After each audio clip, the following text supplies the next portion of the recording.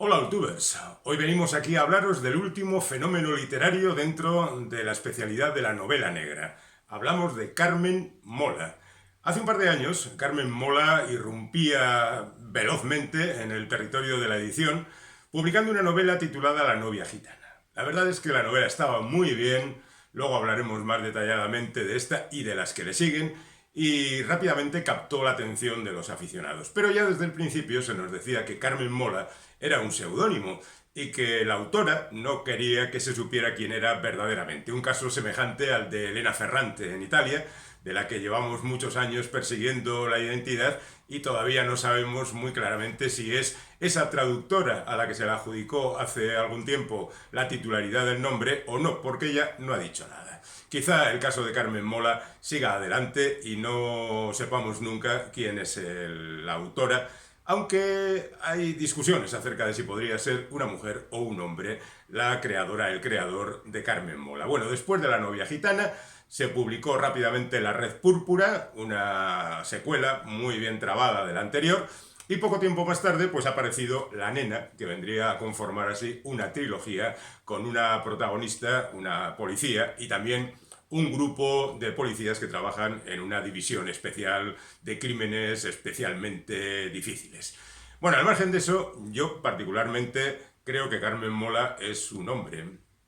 Y voy a argumentar esta especie de visión que tengo contándoos algunas historias. Por ejemplo, hace casi 40 años existía un escritor de ciencia ficción, no desvelemos demasiado, llamado James Tripty Jr. Y cuando se reunieron sus cuentos para un primer volumen de relatos, le pidieron a Robert Silverberg, que era un aclamado autor de la especialidad, al que algún día tendremos que revisar porque es verdaderamente bueno, que escribiera un prólogo. Leyó los relatos, se entusiasmó, hizo un prólogo laudatorio y añadió una frase que ha quedado para la historia. Es algo así como: hay en estos relatos un sentido inequívocamente masculino. Años más tarde, cuando se descubrió que James Tripty Jr. no era un señor, sino que era Alice Sheldon, una antropóloga que escribía ciencia ficción, pues supongo que a Robert Silverberg se le quedó la cara a cuadros, pero no dijo nada tampoco. En definitiva, que si yo digo hoy que este Carmen Mola es un hombre, pues, y luego se demuestra que es una mujer, pues habré hecho un Silverberg y me quedo tan tranquilo. Por cierto, que ya que estamos en el territorio de James Tripty Jr., esta misma autora, Alice Sheldon, escribió algunos relatos con su auténtico nombre, o sea, su auténtico apellido, poniendo el nombre de Raccoona Sheldon. Aquellos que podían ser más fácilmente identificables como escritos por una mujer, como El fantástico, el eslabón más débil, donde unos extraterrestres descubren cuál es el eslabón más débil de los terrestres, que es la lucha de sexos, y lo aprovechan para apoderarse del planeta. Al mismo tiempo, James Tripty Jr. escribía también otros cuentos muy sensibles y muy emocionantes, como Los que robaron el sueño, que nadie detectó que podrían estar escritos por una mujer. Pero bueno, en cualquier caso, eso forma parte de la historia, y nosotros estamos aquí quizá para hacer un Silverberg. Aprovechando esta circunstancia, creo que podemos darnos una vuelta por la historia de la literatura para descubrir qué mujeres han firmado con nombre de hombre y qué hombres lo han hecho con nombre de mujer, aunque ya advierto que son bastantes más las que tuvieron que ocultar su auténtico nombre detrás de seudónimos masculinos. Vamos con ello. Vamos a retroceder 200 años, al momento de la publicación de Frankenstein, una obra que, como sabéis, nace de una reunión de poetas: Percy Shelley, Lord Byron, su secretario Polidori y, por supuesto, Mary Shelley, que es quien escribe Frankenstein. Bueno, en el momento de la publicación de este libro, la cosa pareció como anónimo, autor anónimo, porque había dudas de si una mujer escribiendo una novela que al final se ha considerado la primera de ciencia ficción y desde luego estaba relacionado con lo gótico y demás, aunque Anne Radcliffe también había escrito cosas góticas, podía ser conveniente. De hecho, la mayor parte de los críticos de la época consideraron que Frankenstein estaba escrita por Percy Shelley, es decir, el marido de Mary Shelley. Y eso que su madre, la madre de Mary Shelley, ya había escrito La vindicación de los derechos de la mujer y todo eso. Pero bueno, digamos que no eran tiempos, al parecer, muy favorables para la publicación de novelas escritas por mujeres. De hecho, hay declaraciones de la época de editores diciendo que la literatura no puede ser un trabajo al que dediquen sus esfuerzos las mujeres, que ellas tienen otras cosas que hacer. Bueno, más o menos por la misma época nos encontramos con el caso de Jane Austen. Su primer libro, Orgullo y Prejuicio, venía acompañado de una novela en 3 actos escrita por una dama. Sin más. Bueno, aquí por lo menos reconocían que había una autora detrás de este libro, y tiempo más tarde ya se supo que era Jane Austen y escribió muchísimos libros. Pero al comienzo, la cosa siempre, los editores tentaban los bolsillos para ver cómo podía funcionar aquello. Y hay muchos más ejemplos. Está el caso de las hermanas Bronte, por ejemplo, que todas adoptaron un seudónimo masculino. De hecho, adoptaron el mismo apellido para todas, Bell, y cada una de ellas escribió un nombre masculino con la inicial de su nombre femenino. Por ejemplo, Charlotte Bronte se convirtió en Currer Bell. Emily era Ellis Bell y Anne era Acton Bell. Por supuesto, recordáis que Charlotte Bronte escribió Jane Eyre, que Emily Bronte escribió Cumbres Borrascosas y la más desconocida de ellas, Anne Bronte, escribió Anne's Grey. Y la verdad es que no tuvieron, en algunos casos, más producción que esta, y en algunos otros casos, pues publicaron algunos poemas y demás, pero muy poco, muy poco. En ese sentido, en el siglo XIX hay multitud de ejemplos, ¿no? George Sand, por ejemplo, era Amandine Dupin, que publicó un montón de escritos. Ahora hay una colección de Seix Barral que está recuperando estos escritos, no los de George Sand, sino de otras autoras que publicaron con seudónimo masculino, y pone el nombre del autor con el que se publicó en su momento, en este caso George Sand, tachado, y luego el nombre auténtico de Amandine Dupin, y así se ha publicado, por ejemplo, Indiana, ¿no? Hay más ejemplos de esto que digo, y esta colección sigue adelante con su trabajo. Otro caso es el de George Eliot, en este caso Mary Ann Evans, que escribió Middlemarch, que es, como ponía el subtítulo, un estudio de la vida de provincias, y que es una auténtica delicia, pero que apareció como George Eliot. De hecho, con ese nombre de George Eliot llegó a publicar un título que era Novelas tontas para damas, como si las mujeres solo leyeran novelas tontas, novelas románticas o algo por el estilo. Un caso todavía más grave es el de Colette. Sidonie Gabriel estaba casada con Henri Gauthier Villars, y este rápidamente detectó que su mujer tenía un valor literario muy alto, había empezado a escribir las novelas de Claudine, y decidió apropiarse de su autoría. De hecho, las primeras novelas de Claudine aparecieron originalmente firmadas por Henri, pero con el tiempo, por supuesto, la cosa se descubrió, entre otras cosas porque el matrimonio se rompió y ella dijo: voy a decir que verdaderamente la autora de Claudine soy yo. Bueno, pues así salieron las cosas, al final descubrimos cuál es la verdad, pero hay otros casos muy semejantes en los que ha tenido que pasar más tiempo para descubrir verdaderamente lo que ocurrió. Sería el caso de María Lejárraga, que escribió multitud de obras de teatro, por ejemplo, y de artículos para revistas. De hecho, ella y su marido, Gregorio Martínez Sierra, crearon una revista que prácticamente escribía ella y llevaba a ella adelante, y siempre venía firmado con el nombre de Gregorio. Y muchas obras de teatro, algunas muy famosas como Canción de Cuna, también venían firmadas por Gregorio Martínez Sierra, cuando en realidad pertenecían a María Lejárraga. Lo curioso del caso es que todavía después de que se separaron, ella siguió cediendo sus obras para que su ya ex marido siguiera firmándolas. Algo verdaderamente sorprendente. Bueno, más casos. Tenemos el de Fernán Caballero, que en realidad era Cecilia Bol de Faber, y Larrea, que escribió también un montón de libros.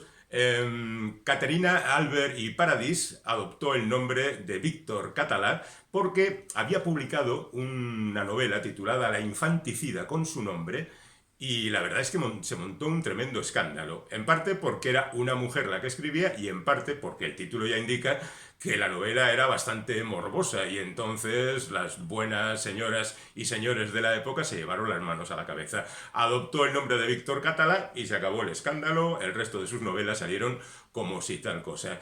Y en ese sentido, pues hay un montón de autores Vernon Lee, por ejemplo, era Violet Payet, que hizo ensayos, que hizo libros de viajes, que escribió sobre música y que siempre firmó como tal. Catherine Nichols escribió con seudónimo masculino una novela y la envió a 50 editoriales. 17 le contestaron acerca de que podían discutir sobre ella. Cogió la misma novela y puso un nombre femenino y lo mandó a otras 50 editoriales y solamente 2 le contestaron. Ese sería el porcentaje en el que nos movemos habitualmente en este terreno. Raúl de Naverí, en realidad era Mathilde Chernet, es otra de las autoras que aparecen en esa colección de Seix Barral, con Ocaso y Aurora. Y tenemos incluso el caso de Louise Malcott, que es la autora de Mujercitas, que en el comienzo de su carrera, antes de publicar Mujercitas, se escondía detrás del nombre de A.M. Barnard.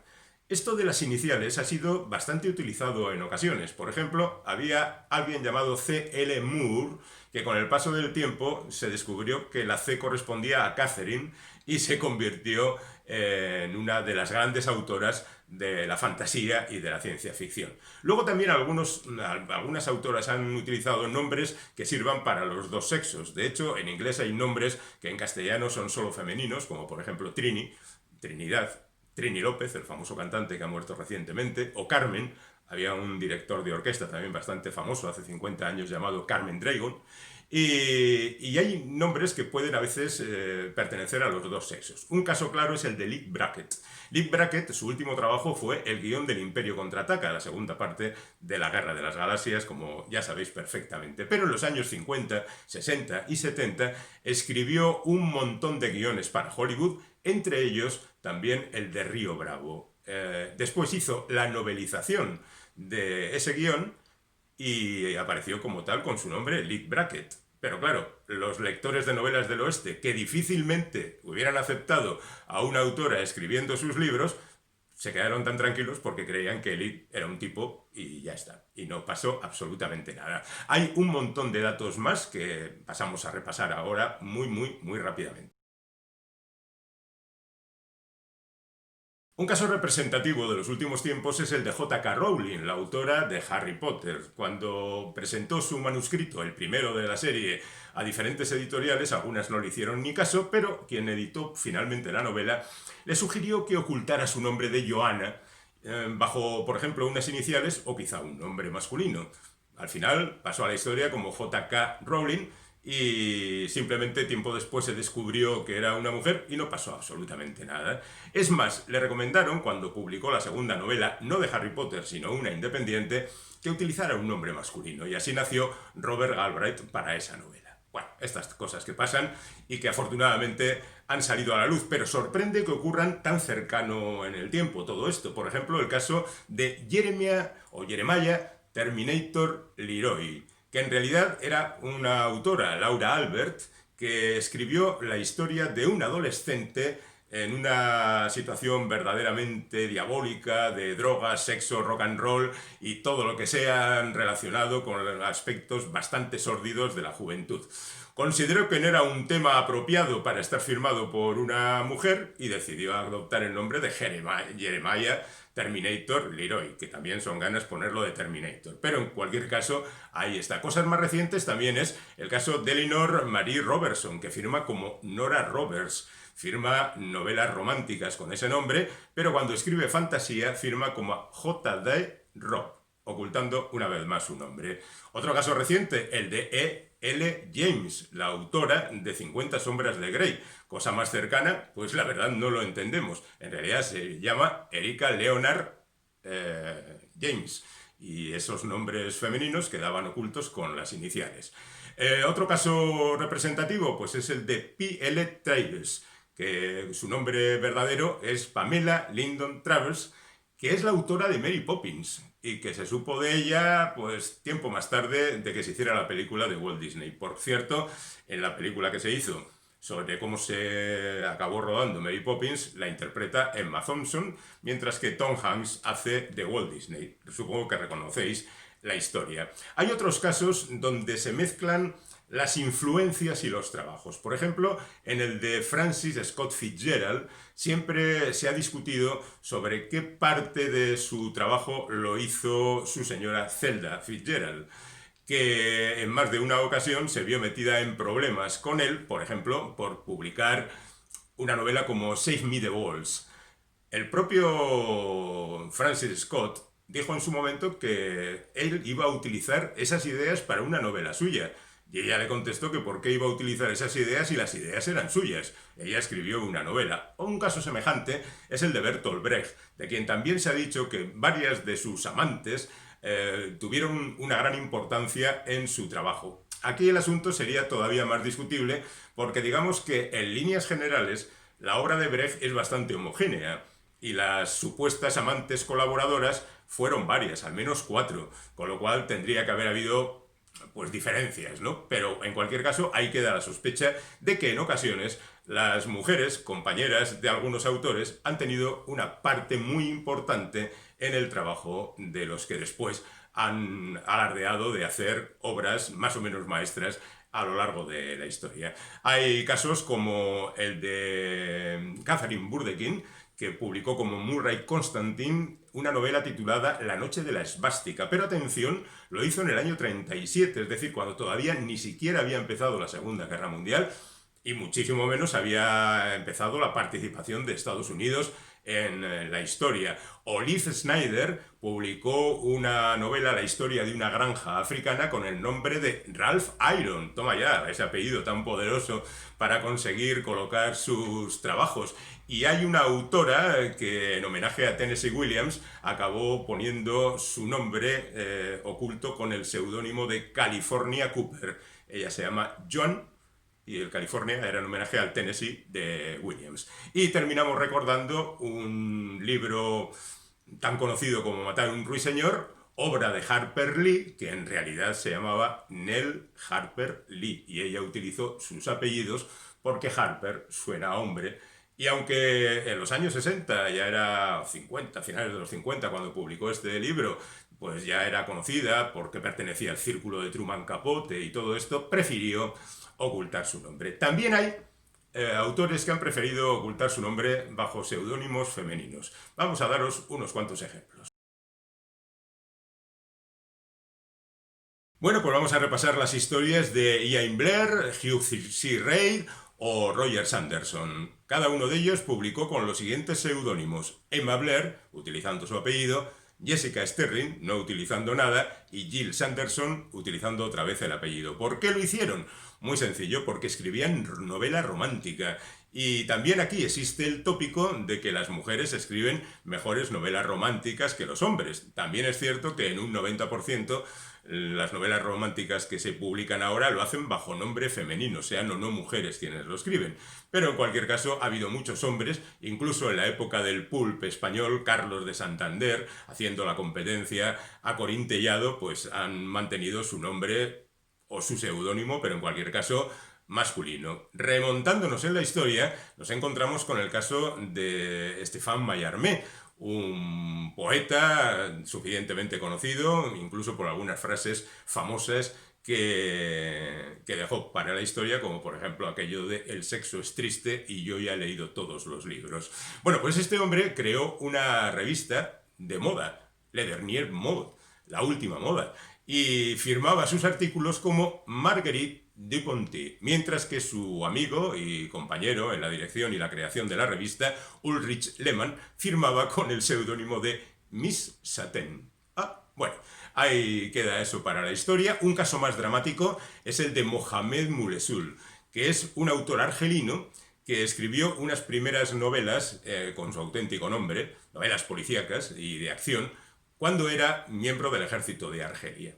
Pero cuando empezó a derivar hacia un análisis político y social, más político que social todavía, y empezó a plantear temas muy ásperos y muy difíciles, decidió utilizar un seudónimo, femenino en este caso, para ocultar su personalidad, y firmó como Yasmina Hadra. Así, a lo largo de muchos libros, nos presentó este nombre que venía del nombre de su mujer. Es decir, podía haber pasado su mujer como la escritora de tantos libros.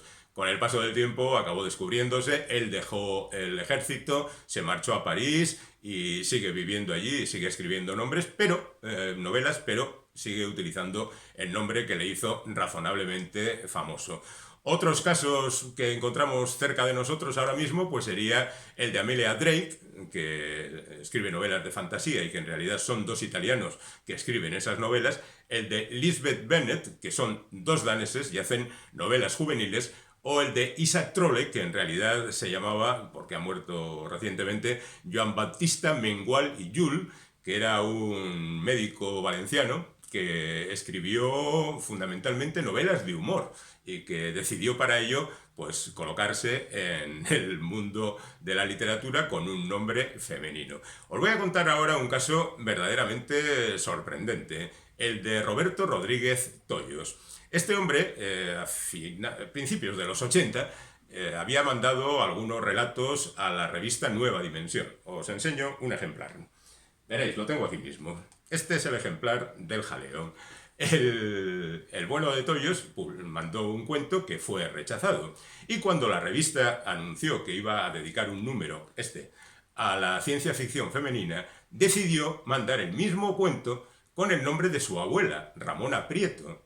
Y se lo publicaron, le había cambiado el título por supuesto, aquí se titula La música de las esferas, y lo publicaron la mar de contentos y hablando de lo, bueno, incluso lo femenino que puede haber en este relato cuando el bueno de Roberto ya había publicado anteriormente otras cosas en esta revista. Aquí tenéis, La música de las esferas de Ramona Prieto. Bueno, estos son los casos más representativos de toda esta historia. Pasamos ahora a hablaros de Carmen Mola y quién puede ser su auténtico autor. Carmen Mola, su primera novela, La novia gitana, cuenta una historia tremenda acerca del asesinato de una mujer una gitana que está a punto de casarse y que muere en circunstancias muy parecidas a la que lo hizo su hermana unos años antes. Con lo cual es de suponer que el asesino es el mismo, pero el asesino de la hermana está en la cárcel. Así que ¿quién puede ser el imitador? Bueno, la historia no la voy a destripar ni muchísimo menos, pero está muy bien trabada, muy bien contada, se sigue los principios de la novela policíaca, se sigue además también bastante el método procedural, el de procedimiento por parte de la policía. Supongo que quien esté detrás del nombre de Carmen Mola pues tiene amigos que le han dado indicaciones y todo esto. Bueno, pues el asunto está en que esa novela tiene tanto éxito que rápidamente aparece la segunda, que supongo que estaba ya escrita porque en realidad deriva de la primera, ya que a lo largo de toda la novela anterior, La novia gitana, van apareciendo detalles sobre la desaparición del hijo de la protagonista, Elena Blanco, que es la jefa de esa sección especial de la policía. La segunda, La red púrpura, contará cómo busca, encuentra y lo dejo ahí a su hijo. Es una novela ligeramente inferior a la primera, pero bueno, entiendo que hay que pagar estos peajes por contar la historia completa de los personajes. Y esta tercera afecta fundamentalmente a otro de los miembros de la policía, que es secuestrada al principio de la novela, y sus compañeros pues deciden volver a ponerse en marcha. Incluso Elena Blanco, que había dejado la policía, vuelve por una cuestión de amistad a lanzarse a la búsqueda y captura del asesino, raptor o lo que sea de Chesca. La novela es tan buena como la primera, está muy bien calculada, con esos capítulos breves que van mostrando a cada uno de los miembros de la división policial buscando pistas aquí y allá, hace que el trabajo de todos sea importante porque por un camino u otro diferentes alcanzan a descubrir la verdad, que por supuesto no voy a contar aquí para nada, pero que sí recomiendo vivamente la lectura de las novelas de Carmen Mola, porque están muy bien. Si eres aficionado a lo policíaco, como si no, porque son unas novelas también que puede leer cualquier persona, porque aparte de lo policíaco, los personajes están muy bien retratados, los diálogos son estupendos y en definitiva, vaya nuestra recomendación de la trilogía, que suponemos será serie, porque esto no puede terminar aquí, los lectores demandarán más novelas de Carmen Mola y fácilmente dentro de algún tiempo estaremos hablando de más novelas. Vamos ahora con mi teoría de por qué el Carmen Mola es un hombre. En principio, porque como diría Robert Silverberg, en eso que os he contado al comienzo, hay en esta escritura algo inequívocamente masculino. Aunque me equivoque, no pasa nada. Y después, en cuanto a la posible personalidad de Carmen Mola, pues yo diría que se trata de Ignacio del Valle. ¿Por qué? Pues porque hay un cierto aire de familia entre la escritura de Ignacio del Valle, aunque hablé de él en el apartado de novela policíaca histórica. Os recuerdo que Ignacio del Valle es el creador de Arturo Andrade, un personaje que nace en una trilogía que empieza con el arte de matar dragones y que continúa con El tiempo de los emperadores extraños y los demonios de Berlín, y luego todavía en 2 novelas más, que empieza sus andanzas en la División Azul, en el frente ruso, y que continúa después de la posguerra. Bueno, pues este Ignacio del Valle, que ha escrito además otras muchas novelas, es un autor verdaderamente muy interesante y recomiendo todas sus novelas. Aparte de ese aire de familia, que yo supongo que el autor ha tratado de disfrazar de alguna manera, existen 2 detalles que no sé si son representativos. Ignacio del Valle publica fundamentalmente en Alfaguara, que es la misma editorial que publica a Carmen Mola. Y por otra parte, Ignacio del Valle hace tiempo que no publica nada, con lo cual le supongo metido en la confección de novelas de Carmen Mola como si tal cosa, con gran entusiasmo. Y ya digo que si no es Ignacio y al final es una mujer quien escribe bajo el nombre de Carmen Mola, pues diremos que he hecho un Silverberg que se equivocó con James Tripty Jr. creyendo que era un señor, cuando en realidad se llamaba Alice Sheldon y era una antropóloga que escribía ciencia ficción. En fin, este canal está también para especular y para pasárnoslo bien con este tipo de detalles, así que disfrutemos de ello. Por supuesto, ya sabéis que podéis suscribiros si queréis, darle a la campanilla para que os avise de que hay un nuevo vídeo en la red, y en cualquier caso nos gustaría que comentarais todo esto que hemos dicho, o lo que se os ocurra, en los comentarios de cada vídeo. Nos vemos próximamente. ¡Hasta luego!